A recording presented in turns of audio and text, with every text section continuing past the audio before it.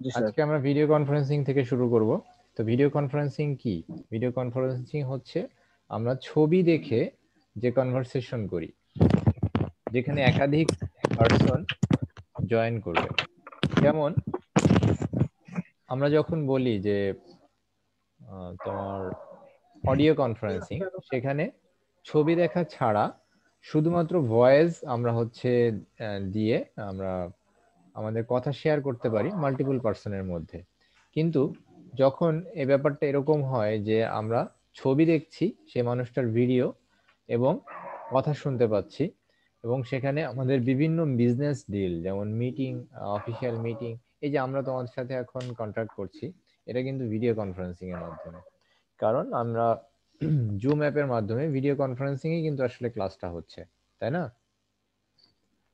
তো জি স্যার। এটাই হচ্ছে ভিডিও কনফারেন্সিং, যেখানে বিভিন্ন ভৌগোলিক দূরত্বে অবস্থান করে ব্যক্তিবর্গ কমিউনিকেশন প্রযুক্তি ব্যবহার করে ভিডিও এর যুগপৎ বা উভমুখী স্থানান্তরের মাধ্যমে যোগাযোগ বা সভা কার্যক্রম পরিচালনা করে। So it's a kind of online আর video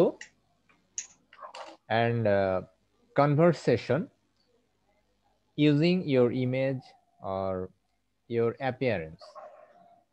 And obviously you have to use a software like Skype, Facebook Messenger or Zoom এরকম কিছু সফটওয়্যার তোমাকে অবশ্যই ইউজ করতে হবে। তো ভিডিও কনফারেন্সিং এর জন্য কিছু এলিমেন্টস প্রয়োজন, that is obviously you are going to need, যেটা তোমার অবশ্যই প্রয়োজন হবে। সেটা হচ্ছে মাল্টিমিডিয়া কম্পিউটার, মডেম হতে পারে, ইন্টারনেট সংযোগ, ওয়েবক্যাম, মাইক্রোফোন। এখন বিষয়টা হচ্ছে তোমাদের কিন্তু হাতে যে মোবাইল ফোনটা আছে, সেটা দিয়ে কিন্তু তোমরা এগুলা ছাড়াই করতে পারছো। শুধু ইন্টারনেট সংযোগটা এবং তোমার মোবাইল ফোন দিয়ে তুমি কাজগুলো করতে পারছো। আসলে তোমার মোবাইল ফোনের মধ্যে এই ইন্টারনেট সংযোগ যদি থাকে, তখন অটোমেটিক্যালি মাইক্রোফোন, দেন ওয়েবক্যাম। ওয়েবক্যাম তো দরকার নেই, তোমার ফোনে এমনি ভালো ক্যামেরা আছে, তো এগুলো আসলে ইনক্লুড করে দেওয়া আছে। তো এগুলো যদি ইনক্লুডেড না থাকে, তাহলে এই জিনিসগুলো আলাদা আলাদা ভাবে তোমার প্রয়োজন হবে ভিডিও কনফারেন্সিং করার জন্য। তো আমরা সবাই মোটামুটি এখন অভ্যস্ত এই ভিডিও কনফারেন্সিং এর সাথে, সবাই মোটামুটি চিনি জিনিসটা যে কেমন হয়। যে এখানে একাধিক মানুষ, যেমন আমাদের এখানে আমরা টোটাল 5 জন আছি, এই 5 জন 5 জায়গায় অবস্থান করছি, কিন্তু আমরা সবাই কিন্তু মিটিং করছি, আমি কথা বলছি, তোমরা শুনছো। তো এটা আসলে ভিডিও কনফারেন্সিং, কারণ এখানে ছবি দেখা যাচ্ছে, আমি ভিডিওতে ডিসপ্লেতে যেটা শো করছি সেটা দেখতে পাচ্ছ তোমরা। আর তোমাদের সবাই হচ্ছে ক্যামেরা অন করো নাই, এই জন্য তোমাদের ছবি আমি দেখতে পাচ্ছি না, কিন্তু ক্যামেরা অন করলে তোমাদের ছবিও দেখা সম্ভব। জি স্যার। বিষয়টা বুঝছো? জি স্যার। আচ্ছা, ভিডিও কনফারেন্সিং এর জন্য এই উপাদানগুলো প্রয়োজন। আচ্ছা, ভিডিও কনফারেন্সিং এর সুবিধা কি? ভিডিও কনফারেন্সিং আমাদের কি কি সুবিধা দেয়? এক স্থান থেকে অন্য স্থানে, এক দেশ থেকে আরেক দেশে যাওয়ার প্রয়োজন হয় না। আমরা ভিডিও কনফারেন্সিং এর মাধ্যমেই আমাদের গুরুত্বপূর্ণ বিজনেস ডিল বা মিটিং আমরা করে ফেলতে পারি। এর ফলে কি হবে? যাতায়াত খরচটা বেঁচে যাবে আমাদের। রোড এর জন্য যে ট্রাফিক জ্যাম বা এই ধরনের যে প্রবলেম গুলো হতো, সেগুলা ফেস করতে হবে না। এবার উৎপাদনশীলতা বাড়ানো যাবে, কারণ তুমি পথে ঘাটে ঘুরে ফিরে যে মানে পথ এই মানে যানবাহনের মাধ্যমে যাওয়ার ফলে তোমার যে সময়ের অপচয়টা হচ্ছিল, সেটা হবে না। তুমি খুব ইজিলি এই কাজটা বাসায় বসে করে ফেলতে পারতেছো। তো টেলিকনফারেন্সিং এবং ভিডিও কনফারেন্সিং এর মধ্যে পার্থক্যটা কি? এটা বেশ কয়েকবার এসেছে তোমাদের বোর্ডের এক্সামে, ভিডিও কনফারেন্সিং এবং এর মধ্যে পার্থক্য। আচ্ছা, আরফ তো মানে মেসেজ সিন করছে, ও কি জয়েন করতে পারছে না নাকি? স্যার জানি না, আজকে সমস্যা হয়েছে, আমাকে একটু আগে বাহির করছে আর আমিও জয়েন করতে পারিনি। জি স্যার, জি স্যার, আমাকে বের করে দিয়েছিল। হ্যাঁ, হঠাৎ করে তোমাদের 2-3 জন দেখলাম ডিসকানেক্ট হয়ে গেল। যাই হোক, আরাফের নাম্বার থাকলে কেউ একজন কন্ট্যাক্ট করে বলো, কারণ ও একটু কম বুঝে তো আসলে। উম, যদি এগুলো স্কিপ হয়ে যায়, ও পরবর্তীতে আর ধরতে পারবে না। নাম্বার আছে কারো কাছে? জি না স্যার। আচ্ছা, তাহলে আমরা কন্টিনিউ করি। তো আমাদের তুলনার মূল বিষয় দেখো, আমাদের টেলিকনফারেন্সিং এবং ভিডিও কনফারেন্সিং কি। টেলিকনফারেন্সিং এ ছিল আমরা শুধুমাত্র কথা বলতে পারি, আমাদের ছবি দেখা যাবে না। আর ভিডিও কনফারেন্সিং এ আমরা একে অপরকে স্ক্রিনে দেখতে পারবো, সাথে কথা বলতে পারবো। আর টেলিকনফারেন্সিং এর জন্য যন্ত্রপাতি ও সফটওয়্যার তুলনামূলকভাবে কম শক্তিশালী হয়, মানে এটার জন্য কোনো কমপ্লেক্স সফটওয়্যারের প্রয়োজন হয় না। যেমন তোমরা তোমাদের ফিচার ফোনগুলোতেও এই সুবিধা পেতে পারো। তোমাদের মোবাইলে দেখবা হচ্ছে তোমরা অডিও কনফারেন্সিং করতে পারো নর্মাল ফিচার ফোনে, কিন্তু ভিডিও কনফারেন্সিং করতে গেলে you have to use more updated device. ব্যবহার কি? মূলত ব্যবসা বাণিজ্যের ক্ষেত্রে বেশি ব্যবহার করা হয়। আর ব্যবসা বাণিজ্য, চিকিৎসা, এসব বিভিন্ন ক্ষেত্রে আসলে ভিডিও কনফারেন্সিং ইউজ করা হয়। তো কর্মসংস্থান দেখো, তথ্য যোগাযোগ প্রযুক্তি ব্যবস্থার ফলে দেশে ও বিদেশে কর্মসংস্থানের সুযোগ সৃষ্টি হয়েছে। ফ্রিল্যান্সিং এবং আউটসোর্সিং কর্মসংস্থানের নতুন দ্বার উন্মোচন করেছে। ফ্রিল্যান্সিং এর মাধ্যমে দেশে বসে বৈদেশিক মুদ্রা অর্জন করা সম্ভব। আজকে অনেক মানুষ দেশে বসে মানে অনেক ট্রেনিং নিছে, অবশ্যই ট্রেনিং নেওয়ার ফলে বাইরের কোম্পানিতে জব করে, এবং বাংলাদেশে বসে যা ইনকাম হয়, মানে বাংলাদেশের নর্মাল কোম্পানিগুলোতে যে ইনকাম হয়, এসব বাইরের কোম্পানিগুলোতে দেশে বসে জব করে তার চেয়ে অনেক বেশি ইনকাম করতে পারে। তো এর সাথে রিলেটেড দুইটা বিষয় নিয়ে আমরা এখন পড়বো, একটা হচ্ছে আউটসোর্সিং এবং আরেকটা হচ্ছে ফ্রিল্যান্সিং। তো এখন কথা হচ্ছে আউটসোর্সিংটা কি। দেখো এখানে বলছে কোনো প্রতিষ্ঠানের কাজ নিজেরা না করে তৃতীয় কোনো ব্যক্তি বা প্রতিষ্ঠানের সাহায্যে করিয়ে নেওয়াকে আউটসোর্সিং বলে। মানে কি দাঁড়ালো, যে আমার কাজ আমি নিজের কোম্পানির লোক দিয়ে না করিয়ে অল্প খরচে অন্য কোম্পানির লোক দিয়ে করিয়ে নিচ্ছি, এই ব্যাপারটাকে আমরা বলছি কি আউটসোর্সিং। তার মানে কি, বাইরের কোম্পানিগুলো তাদের এমপ্লয়ি দিয়ে কাজ করাতে গেলে খরচ বেশি হয়, এর জন্য তারা নিজেদের এমপ্লয়িদের কাজটা না করিয়ে অন্য দেশের লোক দিয়ে কাজটা করিয়ে নেয়, এই জন্য এটাকে বলা হয় আউটসোর্সিং। তোমরা কি বুঝতে পেরেছো আউটসোর্সিংটা কি? জি স্যার। না বুঝলে অবশ্যই কিন্তু বলবে। আচ্ছা, এখন বসছে ফ্রিল্যান্সিং। তো ফ্রিল্যান্সিংটা হচ্ছে কন্ট্রাকচুয়াল জব, যে তুমি দীর্ঘমেয়াদী কোনো চুক্তি করবা না, কিন্তু তুমি ঘন্টা বেসিসে বা ডে বেসিসে তুমি কাজ করবা এবং কাজের বিনিময়ে তুমি পেমেন্টটা নিবা, কিন্তু তোমার সাথে পার্মানেন্ট কোনো চুক্তি নাই। যেমন সিটি কলেজের সাথে আমার পার্মানেন্ট একটা চুক্তি হয়েছে যে সিটি কলেজে আমি জব করব, এখানে জব করা অবস্থায় আমি অন্য কোথাও জব করতে পারবো না। কিন্তু যদি এমন হয় এখানে আমি পার্ট টাইম থাকলাম, তখন আমি অন্য জায়গায় আবার চাকরি করতে পারবো পার্ট টাইমে। এখানে আমার দেখা যাচ্ছে 2 মাস বা 3 মাস বা 4 মাসের জন্য আমাকে করবে, যেমন অনেক টিচার আছে সিটি কলেজে যারা পার্ট টাইম জব করে। তো এটা হচ্ছে ফ্রিল্যান্সিং। আচ্ছা, এখন কথা হচ্ছে যে এই দুইটা কিন্তু ভালো অনেক সময় পরীক্ষাতে আসে, ফ্রিল্যান্সিং কি আউটসোর্সিং কি, ডেফিনেশনটা মেইনলি আসলে ইম্পর্টেন্ট। আচ্ছা, এখন আমরা পড়বো শিক্ষা। তথ্য ও প্রযুক্তি বা শিক্ষা বিস্তারে একটি শক্তিশালী tools, obviously it's a strong elements. এবং এই শিক্ষা বিস্তারে আমাদের ভিডিও কনফারেন্সিং এর যে ব্যাপারটা বলছিলাম, এটা ডিস্টেন্স লার্নিং বলে। যেটা ডিস্টেন্স লার্নিং এর নাম শুনেছো তোমরা? জি স্যার। যে ঘরে জি বসে স্যার। শিক্ষা অর্জন করা, এই যে তোমরা যেটা করছো এখন, যে বাসায় বসে ক্লাস করছো, এটা আসলে মানে ই লার্নিং। লার্নিং বা ই লার্নিং যেটা আমরা বলে থাকি, ডিস্টেন্স লার্নিং বা ই লার্নিং। তো ই লার্নিং এর জন্য ই বুক প্রয়োজন হয়। এই যে দেখো আমি তোমাদের স্ক্রিনে যে বইটা দেখানো, শীটটা দেখা যাচ্ছে, এই শীটটা কিন্তু হার্ড কপি না, এটা হচ্ছে পিডিএফ ফরম্যাটে। তো এই পিডিএফ ফরম্যাটের বইটাকেই আসলে ইবুক বা ইলেকট্রনিক বুক বলে, যেটা ইলেকট্রনিক ডিভাইসের মাধ্যমে দেখা যায়। এখন ইবুকের কল্যাণে, মনে করো ইবুক হওয়ার ফলে বিভিন্ন দেশের বিভিন্ন রাইটারের বই ইন্টারনেটে পাওয়া যায়, যার ফলে কম টাকা খরচ করে বা ইনফ্যাক্ট কিছু কিছু ক্ষেত্রে টাকা খরচ না করেও আমরা এই বইগুলো পেয়ে যেতে পারি। যেমন আমি আমার এই যে লেকচার শিটটা যদি শেয়ার করি, তোমরা একজন কিন্তু ডাউনলোড করে অনেকজনকে দিতে পারো। তোমার ফ্রেন্ডদেরকে যদি দাও বা কাউকে দিলা, সেটা ফ্রি সে পেয়ে গেল। তো এই যে ইবুকটা আমাদেরকে অনেক কিছু সহজ করে দিয়েছে। এটা নিয়ে আমরা পরে বিস্তারিত আলোচনা করব, ডিসটেন্স লার্নিং নিয়ে। এখন আসছে টেলিমেডিসিন বা চিকিৎসা। তো টেলিমেডিসিন বলতে আমরা কি বুঝি? এই যে আমি কয়েকদিন আগে একটা ডাক্তারের অ্যাপয়েন্টমেন্ট নিতে গিয়েছিলাম, উনি অনেক ভালো ডাক্তার। তো করোনার কারণে সে চেম্বারে বসছে না, সে কি করছে, বাসায় বসে রোগী দেখতেছে ভিডিও কলিং এর মাধ্যমে। তার ফলে কি হচ্ছে দেখো, তার সময় বেঁচে যাচ্ছে, আবার সে যদিও অনেক কমপ্লেক্স কেসগুলো এভাবে হ্যান্ডেল করা যায় না, কিন্তু নর্মাল কেস যেগুলা, নর্মাল রোগী যেগুলা, সেগুলা কিন্তু খুব সুন্দরভাবে এই টেলিমেডিসিন ব্যবস্থার মাধ্যমে চিকিৎসা করা যায়, যেখানে অডিও বা ভিডিও কনফারেন্সিং এর মাধ্যমে চিকিৎসা সেবা দেওয়া, এটাই তো টেলিমেডিসিন। সবাই ক্লিয়ার? এটা কিন্তু অনেক ইম্পর্টেন্ট। টেলিমেডিসিন খুবই জি ইম্পর্টেন্ট, টেলিমেডিসিন থেকে কোশ্চেন হয়, তো এটা সবাই দেখবা।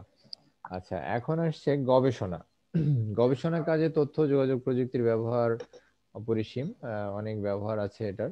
যেমন আমাদের সায়েন্টিফিক বিভিন্ন জার্নাল বা হচ্ছে আমাদের সায়েন্টিফিক বিভিন্ন অর্গানাইজেশন যারা তথ্য প্রযুক্তির ব্যবহারের ফলে এখন অনলাইনে সব তাদের জার্নাল পাওয়া যায়, আর্টিকেল পাওয়া যায়, এবং আমাদের গবেষণার জন্য যে প্রয়োজনীয় তথ্য সেগুলো আমরা ইন্টারনেটে পেয়ে থাকি। ইন্টারনেটের মাধ্যমে এগুলো আমরা খুব সহজেই আমরা এগুলো পাই এবং সেগুলো ইউজ করতে পারি, অ্যাক্সেস করতে পারি, যেগুলো আগে বড় বড় বই কিনে ইয়ে করতে হতো। এরপর আসছে অফিস। বর্তমানে বিশ্বগ্রামে পরিবর্তিত হওয়া পৃথিবীতে অফিসের এই ব্যবস্থা ব্যাপক পরিবর্তন হতে চলেছে। আচ্ছা, ওই অফিসের ভিতর থেকে একটা জিনিস আমাদের ইম্পর্টেন্ট, সেটা হচ্ছে পেপারলেস অফিস। আজকে তোমরা বিভিন্ন অফিসে গিয়ে দেখবা যে পেপার বেসড কোনো ওয়ার্ক নেই বললেই চলে। মানে ব্যাংকে গিয়ে দেখবা তোমার খাতা কলমে কোনো লেখা নাই, সবকিছু ফর্মে ইয়েতে কম্পিউটারে কাজ করে দিচ্ছে।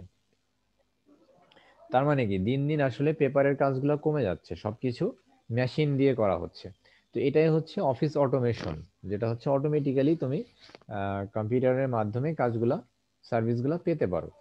তো এটা তথ্য প্রযুক্তির প্রয়োগের মাধ্যমে অফিসের সার্বিক কার্যক্রমের বিষয়ে সিদ্ধান্ত গ্রহণ তথা বাস্তবায়ন কার্যক্রম দক্ষতার সাথে ডিজিটাল পদ্ধতিতে সম্পন্ন করা যায়।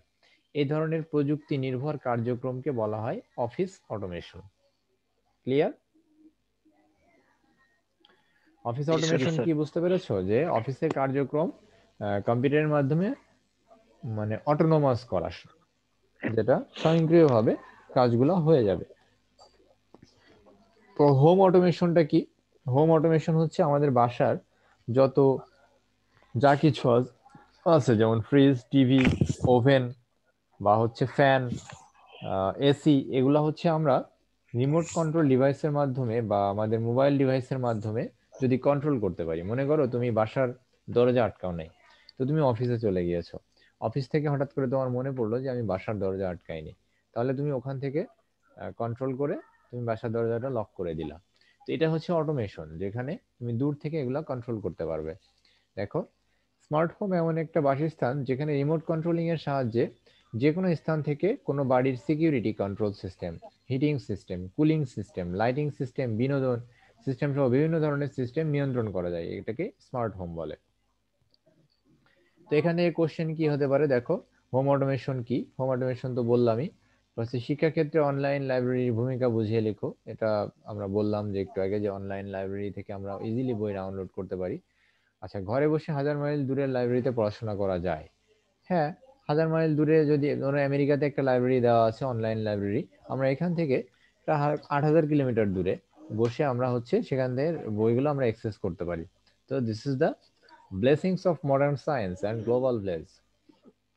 সো দূরশিক্ষণে বা তথ্য প্রযুক্তির ভূমিকা ব্যাখ্যা করো।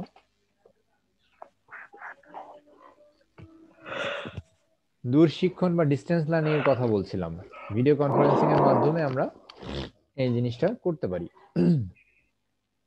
এবারে বলছি টেলিমেডিসিন এক ধরনের সেবা, এটা ব্যাখ্যা করো। Telemedicine is a service, explain. এটা কে ব্যাখ্যা করবা, বলো, কে পারবা তোমরা? রাহাত বলো তো, টেলিমেডিসিন একটি সেবা, এটা ব্যাখ্যা করো।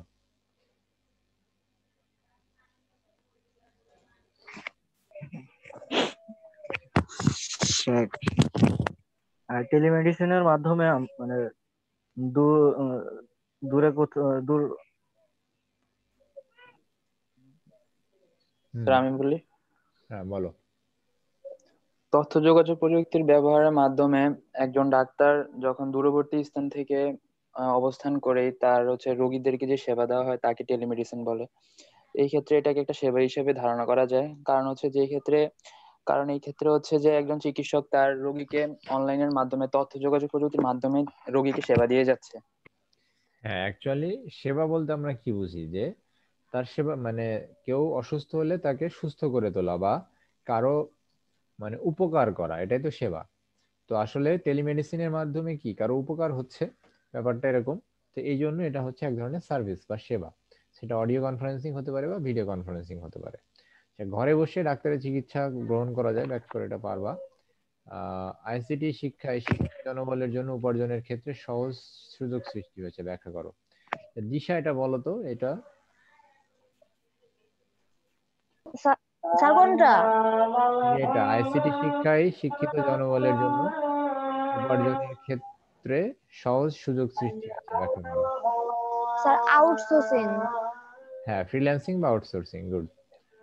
তো এরপরে আমরা আসছি ই কমার্স বা হচ্ছে ইলেকট্রনিক কমার্সে।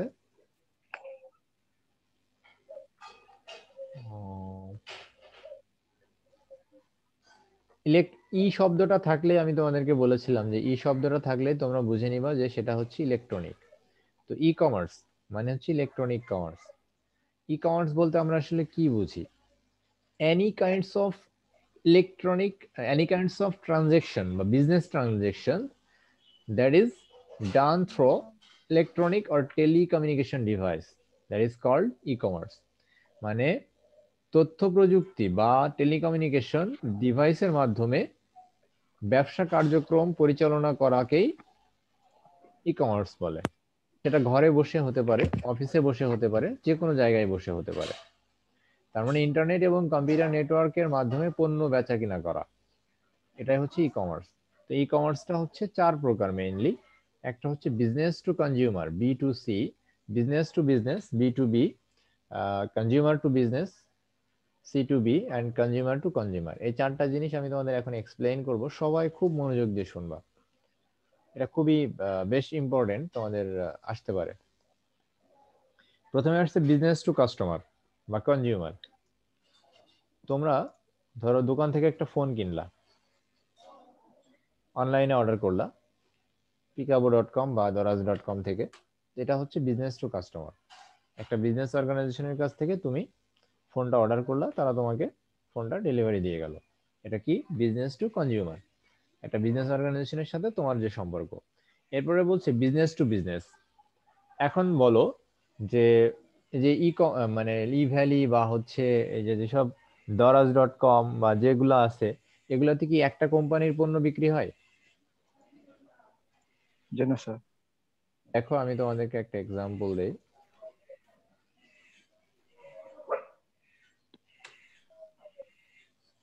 ই ভ্যালি এটা একটা মানে বর্তমানে সবচেয়ে আলোচিত সমালোচিত একটা কোম্পানি। এখানে দেখো হোলসেল ক্লাব, এক্সপ্রেস শরং, এক্সপ্রেস অ্যাঞ্জেলিক, এগুলো সব কিন্তু দোকান আলাদা আলাদা, মানে শপ। তো এই সবগুলা কি করতেছে, এই সবগুলা দেখো টিভিএস, এই সবগুলা সব একসাথে এখানে তুমি পাচ্ছ। তো একটু আগে আমি যেটা বললাম যে একটা কোম্পানির ফোন তুমি কিনলা সেই কোম্পানির থেকে, তো তাহলে সেই কোম্পানির সাথে তোমার সম্পর্কটা হচ্ছে বিজনেস টু কনজিউমার। কিন্তু এইখানে যে এই ইভ্যালি একটা কোম্পানি, তো ইভ্যালি এই বিজনেস অর্গানাইজেশনের সাথে এই যে বিভিন্ন কোম্পানি একটা সম্পর্ক তৈরি করেছে না, এইসব কোম্পানিগুলা ইভ্যালির সাথে একটা মানে ট্রানজাকশন করছে। তো এটা হচ্ছে বিজনেস টু বিজনেস, যেখানে দুইটা বিজনেস অর্গানাইজেশন একে অপরের সাথে ট্রানজাকশন করবে। আমার কথা কি বুঝছো? জি স্যার। দিশা বুঝতে পেরেছো? জি স্যার। আবির? জি স্যার। এখানে স্যার ব্যাপারটা এখানে কি হচ্ছে, কোনো চুক্তি থাকে? হ্যাঁ অবশ্যই এখানে চুক্তি থাকবে, চুক্তি না থাকলে তো হবে না। এখানে ইভ্যালির সাথে এই যে ইভ্যালি একটা কোম্পানি, আবার এই যে এগুলো সব আলাদা আলাদা কোম্পানি, এই কোম্পানিগুলোর মধ্যে যে সম্পর্ক বা যে বিজনেস ট্রানজাকশন সেটা হচ্ছে B to B, business to business. আচ্ছা এখন বলছে যে consumer to business. Consumer to business কি বলতো? যেখানে এই যে তুমি মাঝে মাঝে বিভিন্ন প্রোডাক্ট সেল করো না, ওই যে সেকেন্ড হ্যান্ড ফোন ধরো তুমি সেল করবা, এই যে লাইবায়ার নামে একটা কোম্পানি আছে অনলাইনে, ওরা সেকেন্ড হ্যান্ড ফোন কিনে। তো তাহলে স্যার বিক্রয়.com তো দেওয়া যায়। বিক্রয়.com এ তো তুমি কোনো কোম্পানির কাছে সেল করো না, বিক্রয়.com এ তো তুমি আরেকজন কাস্টমারের কাছেই সেল করো। তখন সেটা হয়ে যাবে কাস্টমার টু কাস্টমার বা কনজিউমার টু কনজিউমার। মানে যখন তুমি বিক্রয়.কম এর মাধ্যমে অন্য কোনো, যেমন মামুনের কাছে যদি তুমি সেল করো তোমার প্রোডাক্ট, তো মামুন তো বিজনেসম্যান না, মামুন হচ্ছে নর্মাল একজন কনজিউমার, তো সেটা হবে কনজিউমার টু কনজিউমার। কিন্তু মামুন যদি একটা দোকানের মালিক হয় বা সে যদি একটা বিজনেস প্রতিষ্ঠান হয়, তাহলে সেটা হয়ে যাবে consumer to business. So is that clear জি সবাই? স্যার, বুঝতে পারছি। জি স্যার। গুড। তো ই কমার্সের সুবিধা কি? ব্যবসা পরিচালনায় এবং কেনাকাটায় খরচ কম। ই কমার্সের প্রধানতম সুবিধা হলো সময় ও ভৌগোলিক সীমাবদ্ধতা দূর করে। ঘরে বসে যে কোনো পণ্য ক্রয় বিক্রয় করা যায়। ঘরে বসে ক্রয় বিক্রয়কৃত পণ্যের মূল্য পরিশোধ করা যায় বিভিন্ন ক্রেডিট কার্ড, ডেবিট কার্ডের মাধ্যমে বা মোবাইল ব্যাংকিং এর মাধ্যমে। বিজ্ঞাপন ও বিপণন সুবিধা, বাজার যাচাই ও তাৎক্ষণিক অর্ডার প্রদানের সুবিধা ইত্যাদি। তো ই কমার্সের অসুবিধা কি? অসুবিধা হচ্ছে কি, ওই যে ফ্রড, তাই না?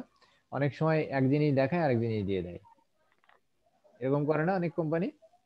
এই যে দারাজে কিন্তু জি স্যার, বেশি করে এই জিনিসটা, দারাজে। তারা যা বেশি দেখা যায়। হ্যাঁ, দারাজে হচ্ছে 2 নম্বরই করে, যে ওদের ওখানে যে এগুলো আছে সব ফ্রড বেশিরভাগ, যে একটা জিনিস দেখাইলো আর দিয়ে দিবে অন্য জিনিস, কিন্তু প্রোডাক্টের দামও কম রাখে, আবার প্রোডাক্টের কোয়ালিটিও খারাপ। রিয়েল কোনো দেখার সুযোগ থাকে না, তো সেটা সম্ভব হয়। এরপর হচ্ছে সাংস্কৃতিক বিনিময় বা সাংস্কৃতিক বিনিময়। এই ব্যাপারটা হচ্ছে যে এই যে ইন্টারনেট বা বিশ্বগ্রামের মাধ্যমে আমরা ঘরে বসে বিভিন্ন দেশের চ্যানেল দেখি, তাই না? ইন্ডিয়ান চ্যানেল বিশেষ করে আমরা এখন বেশি দেখি। আমাদের বাসা বাড়িতে আমাদের যারা আপনজন তারা সবাই এই কি বলে ইন্ডিয়ান চ্যানেলগুলোতে এডিক্টেড হয়ে গেছে। তো যার ফলে কি হচ্ছে, ইন্ডিয়ান অপসংস্কৃতি যেগুলা মানে খারাপ সংস্কৃতির যে ব্যাপারগুলো আছে, যে ইন্ডিয়াতে কিন্তু আমাদের আমাদের যে কালচার ছিল সেটা কিন্তু ইন্ডিয়ার থেকে অনেক বেশি উন্নত ছিল, মানে সভ্য ছিল, কারণ মুসলমান যে কালচারটা ছিল। তো এখন সেখান থেকে আমরা সবাই বিচ্যুত হয়ে যাচ্ছি দিন দিন। আমরা সবাই এই পশ্চিমা কালচার বা হচ্ছে যেটা আমরা বলি যে ওয়েস্টার্ন কালচার, এইটাতে আমরা এখন বেশি অভ্যস্ত হয়ে যাচ্ছি। এখন দেখবা সবাই চুল কাটে, মাথার চারপাশে নাই, উপরের দিকে আছে। তারপরে তোমার হচ্ছে আরো কি বলবো, উম, দাড়ি এমন ভাবে সাইজ করে যেন মনে হয় যেন কি অবস্থা। তো এগুলো সব হচ্ছে সাংস্কৃতিক বিনিময়ের ফলে এগুলো হয়। তো এখন দেখো এখান থেকে পাঠ মূল্যায়নটা দেখি আমরা কি কি ধরনের কোশ্চেন এখান থেকে হতে পারে। এখানে কোশ্চেন আমি তোমাদেরকে আস্ক করব, দেখি তোমরা পারো কিনা। ই বুক কি? এটা দিশা বলো তো, ই বুক কি?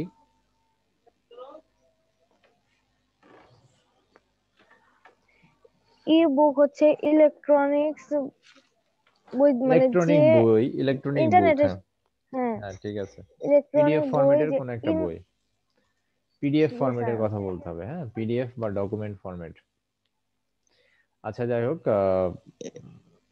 এখন দেখো এখান থেকে অনুধাবনমূলক প্রশ্ন, এখানে যেগুলো পড়াইছি না তোমাদের ওখানে সবগুলাই এগুলাই এগুলাই আমি পড়িয়ে আসলাম তোমাদের, সেগুলো এখানে দেওয়া হয়েছে, এগুলো দেখবা। তারপরেও তোমরা আজকে যখন এই লেকচারটা দিয়ে দিব সবাই দেখবা, দেখে যদি প্রবলেম মনে করা হয় যে স্যার যেটা বুঝি না বা এটা পাই নাই কোন একটা অ্যান্সার, দেন অবশ্যই আমাকে নোটিফাই করবা, হ্যাঁ, যে স্যার এটা পাই নাই।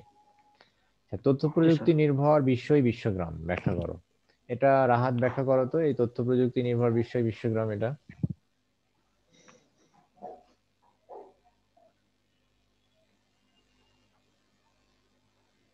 রাহাত আছো? জি স্যার। এটা বলো তথ্য। বিশ্বগ্রাম হচ্ছে এমন একটি পরিবেশ যেখানে দূরবর্তী স্থানে অবস্থান করেও পৃথিবীর সকল মানুষ একটি একক সমাজে বসবাস করার সুযোগ সুবিধা পায় হুম, এবং একে অপরকে সেবা প্রদান করে। আর হুম। এই সেবা প্রদান একমাত্র তথ্য প্রযুক্তির মাধ্যমেই করা সম্ভব। এই জন্যই বিশ্বগ্রাম। তথ্য প্রযুক্তির মাধ্যমে সম্ভব ব্যাপারটা না বলে তুমি বলবা যে আর এইটা সম্ভব করার জন্য তথ্য প্রযুক্তির বিভিন্ন যন্ত্রপাতি আমরা ইউজ করি, যেমন দিয়ে একটা উদাহরণ দিব, ইন্টারনেট, তারপর হচ্ছে কম্পিউটার, মোবাইল, ট্যাবলেট, এগুলা ইউজ করা হয়, যে জন্য তথ্য প্রযুক্তি নির্ভর বিষয় বিশ্বগ্রাম। যাই হোক, জি স্যার। তথ্য যোগাযোগ প্রযুক্তি ব্যতীত বিশ্বগ্রাম প্রতিষ্ঠা সম্ভব নয়, ব্যাখ্যা করো। তো এই সব ডিভাইস গুলা ছাড়া তো ওটা তৈরি করা সম্ভব নয়। আচ্ছা, ইন্টারনেটকে বিশ্বগ্রামের মেরুদণ্ড বলা হয় কেন? আবির বলো তো, ইন্টারনেটকে বিশ্বগ্রামের মেরুদণ্ড বলা হয় কেন?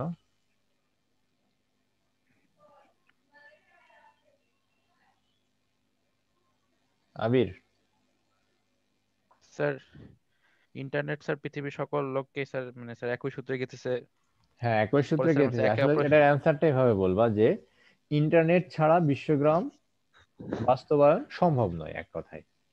এই জন্য ইন্টারনেটকে বিশ্বগ্রামের মেরুদণ্ড বলা হয়। কারণ ইন্টারনেট ছাড়া বা একটা নেটওয়ার্ক ছাড়া কখনোই বিশ্বগ্রাম প্রতিষ্ঠা করা সম্ভব নয়। যেমন আমাদের মেরুদণ্ড ছাড়া আমরা দাঁড়াতে পারবো? পারবো না। ঠিক তেমনি ভাবে বিশ্বগ্রামের মেরুদণ্ড যেহেতু ইন্টারনেট, তো ইন্টারনেট ছাড়া বিশ্বগ্রাম স্টাবলিশ করা ইম্পসিবল। তো এছাড়া আরো কিছু কোশ্চেন এখানে আছে দেওয়া, এগুলাই কিন্তু তোমাদের পরীক্ষায় ঘুরে ফিরে আসে, সো এগুলা কেউ স্কিপ করবা না, এগুলা দেখবা। জি স্যার। আচ্ছা, এখন আমরা ক্রিয়েটিভ কোশ্চেনে যাই। হ্যাঁ, দেখি ক্রিয়েটিভ কোশ্চেনে কি আছে। এখান থেকে কিন্তু আমি কোশ্চেন করব তোমাদের। হ্যাঁ,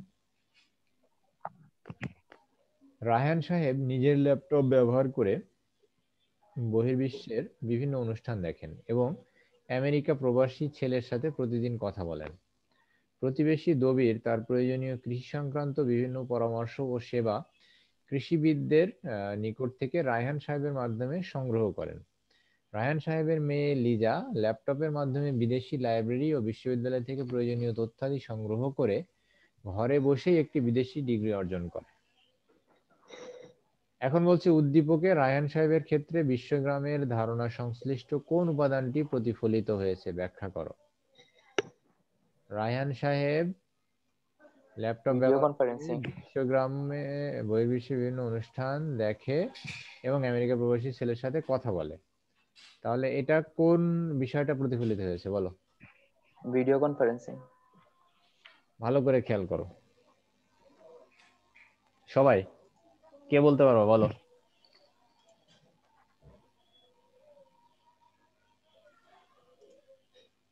বলো বলো বলো। টেলিকনফারেন্স।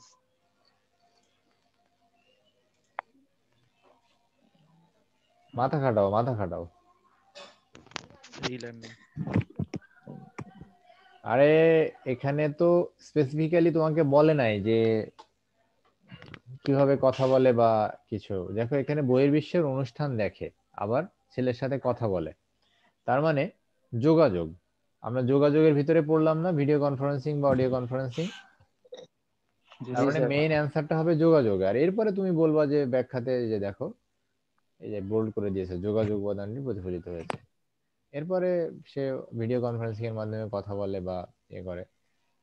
এরপরে বলছে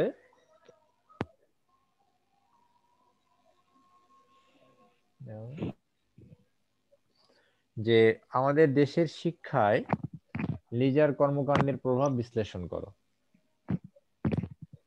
তো আমাদের দেশের শিক্ষায় লিজার কর্মকাণ্ড, লিজা আসলে কিভাবে ডিগ্রি অর্জন করেছে বলো? Distance learning. হ্যাঁ, ই লার্নিং বা ডিস্টেন্স লার্নিং। ব্যাস, এটা বলার পরে এই যে দেখো এই এখানে এডুকেশন। সুন্দর করে দেওয়া আছে।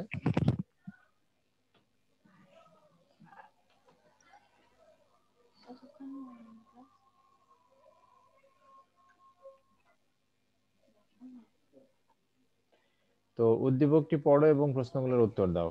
মিথিলা কানাডায় বসবাস করে। মাঝে মাঝে মায়ের কথা মনে পড়লে মায়ের সাথে কথা বলে এবং সাথে সাথে মায়ের ছবিও দেখতে পায়। মা মেয়েকে প্রশ্ন করে এটা কিভাবে সম্ভব। মিথিলার ব্যবহৃত প্রযুক্তি ক্রমান্বয়ে জনপ্রিয়তা পাচ্ছে। অন্যদিকে কনক বিভিন্ন দূরত্বে অবস্থিত তার অফিসের কর্মকর্তাদের সাথে যোগাযোগ প্রযুক্তি ব্যবহার করে একসাথে কথা বলে, কোনো বিষয়ে সিদ্ধান্ত গ্রহণ করে। আচ্ছা, উদ্দীপকে উল্লেখিত মিথিলা তার মায়ের সাথে যোগাযোগের প্রযুক্তিটি ব্যাখ্যা করো। মিথিলা তার মায়ের সাথে কিভাবে যোগাযোগ করে বলো? ভিডিও ভিডিও কলে। কনফারেন্সিং। Video video conferencing. কনফারেন্সের মাধ্যমে। অবভিয়াসলি ভিডিও কনফারেন্সিং, কারণ সে কথা বলে আবার ছবিও দেখা যায়। আচ্ছা, মিথিলা ও কনকের ব্যবহৃত প্রযুক্তি দুটির তুলনামূলক আলোচনা করো। কনকের প্রযুক্তি কোনটা? টেলিকনফারেন্সিং। টেলিকনফারেন্সিং। কনফারেন্সিং। তাহলে দুটার মধ্যে পার্থক্য আমি দিয়ে দিয়েছি না ভিতরে, দেখালাম না? জি স্যার। জি। ভিডিও এবং জি অডিও স্যার। কনফারেন্সিং যেটার মধ্যে পার্থক্য সাইড বাই সাইড আমি দিয়ে দিয়েছি, ওটা দেখে নিবা। এখানে অ্যান্সার দেওয়া আছে যদিও। আচ্ছা, এখন গাইবান্ধায় চলে যাই। গাইবান্ধার কৃষক রহিম আলী 2 বিঘা জমিতে ধান চাষ করেন। এগুলা কিন্তু সব বোর্ড কোশ্চেন, ঠিক আছে? তো আমি তোমাদেরকে আসলে সলভ করাচ্ছি এই জন্য যে বোর্ডে কিভাবে কোশ্চেন গুলো আসে সেগুলো তোমাদেরকে ধারণা দেওয়ার জন্য। গাইবান্ধার কৃষক রহিম আলী 2 বিঘা জমিতে ধান চাষ করেন। এবছর ধানের শীষ যথেষ্ট না আসায় তিনি তার ধান ক্ষেতের বিভিন্ন অংশের ছবি ল্যাপটপের মাধ্যমে কৃষি সম্প্রসারণ কেন্দ্রে পাঠালেন পরামর্শের জন্য। কৃষি সম্প্রসারণ কেন্দ্র ছবি পর্যবেক্ষণ করে দেখলেন চারাগুলি পোকা দ্বারা আক্রান্ত। তারা রহিম আলীকে সঠিক কীটনাশক পর্যাপ্ত পরিমাণে দেওয়ার পরামর্শ দিলেন। ভবিষ্যতে উৎপাদন বৃদ্ধির জন্য উন্নত মানের বীজ সংগ্রহ করতে বললেন। ঠিক আছে, এখন এই কোশ্চেন। উদ্দীপকে বর্ণিত কৃষক তার সমস্যা কোন প্রযুক্তির মাধ্যমে কৃষি সম্প্রসারণ কেন্দ্রকে অবগত করেন? ব্যাখ্যা করো। কোন পদ্ধতিতে এগুলো পাঠাইতে পারবে বলো তো? Sir video conferencing. দেখো ভালো করে, গাইবান্ধার কৃষক রহিম আলী 2 বিঘা জমিতে ধান চাষ করেন। এবছর ধানের চাষ যথেষ্ট না আসায় তিনি তার ধান ক্ষেতের বিভিন্ন অংশের ছবি ল্যাপটপের মাধ্যমে কৃষি সম্প্রসারণ কেন্দ্রে পাঠালেন। ল্যাপটপের মাধ্যমে পাঠাইছে, তার মানে ইমেল, ইলেকট্রনিক মেইল। এক্স্যাক্টলি ইমেইলের মাধ্যমে, তাই না? দিশা বুঝছো? জি স্যার। ইয়া, রাহাত, আবির? জি স্যার। স্যার ইমেইলের মাধ্যমে। আচ্ছা, এখন বলছে দেখো এখানে কি বলছে। আচ্ছা, এখানে অ্যানসার দেওয়া নাই, কিন্তু অ্যানসারটা তোমরা আমি বলে দিচ্ছি, ইমেইল, ঠিক আছে? আচ্ছা, উদ্দীপকে বর্ণিত কৃষি সম্প্রসারণ কেন্দ্রে পরামর্শ প্রদানের ক্ষেত্রে আইসিটি এর ভূমিকা বিশ্লেষণ করো। তো আইসিটির ভূমিকা কি এখানে বলো, কেউ বলতে পারবা?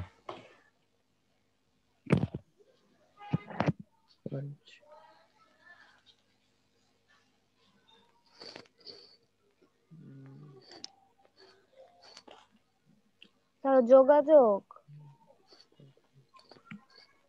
কৃষি সম্প্রসারণ কেন্দ্রের পরামর্শ প্রদানের ক্ষেত্রে আইসিটির ভূমিকা, কারণ মেইনলি তো স্যার হচ্ছে ইন্টারনেট, আইসিটি হচ্ছে তথ্য প্রযুক্তির কারণেই তো হচ্ছে এটা সম্ভব হয়েছে, যে কৃষি কাজের অবদান মানে হচ্ছে যে ব্যক্তি সমস্যা হয়েছে তাকে। এক্স্যাক্টলি এটাই, যে যদি আইসিটির অবদান না থাকতো বা আইসিটির কল্যাণে সবকিছু এত সহজ না হতো, তাহলে কি এত ইজিলি যোগাযোগ করতে পারতো? পারতো জি না। জি না স্যার।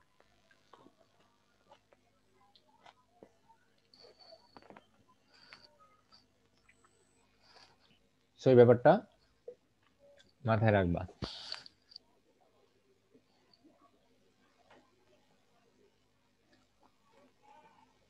এখানে আরো কিছু কোশ্চেন দেওয়া আছে, এগুলা দেখবা। অ্যান্সার দেওয়া আছে দুই একটা, যেগুলা দেওয়া নাই সেগুলা তোমার যদি কোনোটা বুঝতে প্রবলেম হয় সেগুলো আমাকে জানাবা। আমি অনেকগুলা কোশ্চেন দিয়েছি এখানে। এবার দেখি এমসিকিউ টাইপ কোশ্চেন।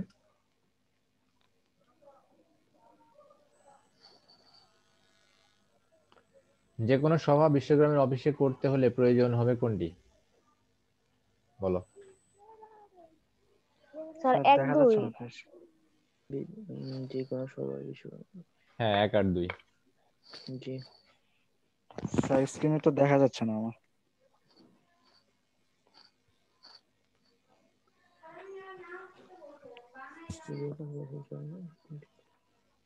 সবাই দেখতে পাও না? জি স্যার, জি দেখা স্যার, যাচ্ছে। এবার পাচ্ছি। জি স্যার।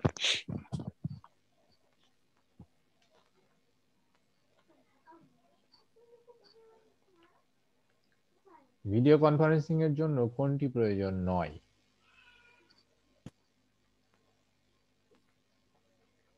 Card reader. স্যার ঘ কার্ড নাম্বারটা রিডার। হবে। কার্ড রিডার প্রয়োজন নেই। কোনটি আবিষ্কারের ফলে বিশ্বব্যাপী যোগাযোগ সহজ হয়েছে? টেলিফোন। টেলিফোন। টেলিফোন। জি কম্পিউটার।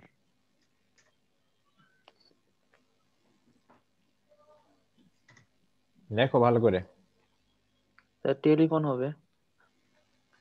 Telephone, sir. হ্যাঁ টেলিফোন হতে পারে। কৃত্রিম কারণ হচ্ছে টেলিফোন। যোগাযোগের বিষয়। হ্যাঁ টেলিফোনই দাও, এখানে সবগুলাই হতে পারে, মানে অনেক কিছু ইয়ে হতে পারে, কিন্তু টেলিফোনটাই আসলে বেশি। যুক্তিযুক্ত। নিচের কোনটি global outsourcing market place? EWorker. Upwork, Jamuna, worker, eWork. EWork electronic work. হ্যাঁ, ইওয়ার্ক এটাই হবে। আউটসোর্সিং বলতে কি বোঝায়? অন্য দেশের স্যার, কর্মী দ্বারা অনলাইন কাজ করানো। হ্যাঁ, এটা